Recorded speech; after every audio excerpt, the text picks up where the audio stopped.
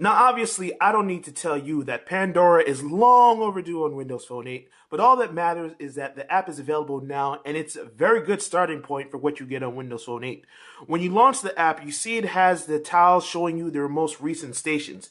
Now, that's a nice little departure from what you typically see on iPhone or Android. But if you'd like to see the more traditional list, all you have to do is tap See All Stations, and it brings you through a list of all the stations that you've created on your device. When you go back and you start listening to a song, you just tap on it and it has the standard audio settings: dislike a song, like a song, play it, or skip to the next one. Now, one thing you might notice about this is that there are no ads here, and that's because Microsoft and Pandora have reached a deal where they're going to make this app available ad-free for the remainder of 2013. So until December 31st, 2013, you will not see or hear a single ad when playing Pandora on Windows Phone 8. And that's a great feature. Now, one limitation is that this is kind of like Pandora 1 because it's ad-free, but it's not completely, because you're still limited to 6 skips per station. So you can't have unlimited skips like you can with the premium version. But when you're done playing that song, you can tap the button in the bottom right corner, and you can choose to share a track or share an entire station. So if I want to let people know that I'm listening to a really good song, which I am, Seriously by Catch a Fire, you should listen to it if you haven't before, I can just tap that button, and just like that, I've sent out a tweet announcing to people. Okay, I can also buy the song on Xbox Music, or I can choose to bookmark it and access it at a later time. Aside from that, I can let it know that I'm tired of this track, even though I'm not at the moment. And aside from that, you'll notice that it has the option to pin this station. So I'll tap that, and when I go back to my home screen, I can get back to this station directly. I don't have to launch Pandora and then go to the station. I can get to this at any time just by tapping on that station, and it'll go back there in Pandora. Very nice feature.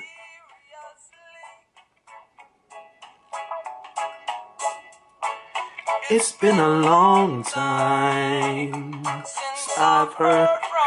It's almost as if this song knew that I was doing a video about how long it took for Pandora to come to Windows Phone 8. You can also set the actual Pandora app to be a live tile, and the great thing about that is that it takes up the whole screen and actually shows you the now playing information, so you can always see the current song that's playing on Pandora, and you can get back to the app very easily. It also has shuffle mode, so I can bring in songs from all the stations that I have, all of the signals that I've sent Pandora in the past to let them know the type of songs that I want to hear. So that's another great way to listen to music. Or you can just browse by genres, different stations, or you can search for a station based on a song or artist. So I'll search for one of the great artists of our time, Mr. Justin Bieber. And then I will start playing a song. And then just like that, I've created a Justin Bieber station, incredibly easily, obviously. But I'm not really a Justin Bieber fan. I'm just doing that for illustrative purposes, just so you can guys see how. But one cool thing is that if you're familiar with Kids Corner, which is basically the Windows Phone 8 version that limits the phone to make it safe for your children to borrow, you don't have to worry about them coming across some content that they shouldn't. If you access Pandora from Kids Corner, it automatically filters out all of the profane lyrics.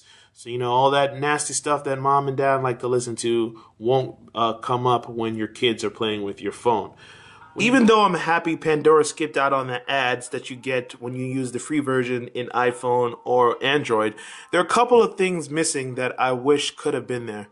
For instance, in the iOS version, there's a feed that you can follow to see what your friends are listening to, and you can discover new songs that way. That's kind of nice, but it's sadly not available in the Windows Phone version. You're also not getting lyrics to songs. So maybe you're not going to need them, okay, especially if you're someone who just listens for the sake of loving music. But if you're someone who loves those features on Pandora, unfortunately, they're not there yet.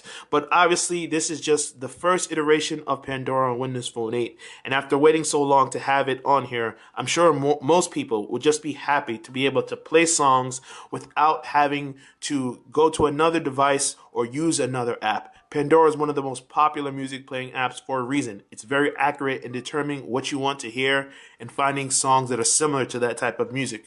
So it's good to see them make the jump to Windows Phone 8, and they've done some good things in here. Aside from that, when you're in the main part of the section and you go to settings, you can go to advanced and you can trigger to have higher quality audio. I highly recommend this because it improves the sound quality whether you're on Wi-Fi or mobile. It might use up more of your data, but it's going to be worth it in the end because the music's going to sound a lot better, especially if you're using headphones. Also, be sure to have conserve battery on, otherwise your screen lock will be disabled and you'll consume more energy. But this is Andrew from mobileburn.com showing you Pandora on a Windows Phone 8 device, and it's very nice. So I'm going to shut off this iPhone so I can go back to listening to music on a very nice device on the Nokia Lumia 920, and I'm going to listen to some nice music. Talk to you guys later.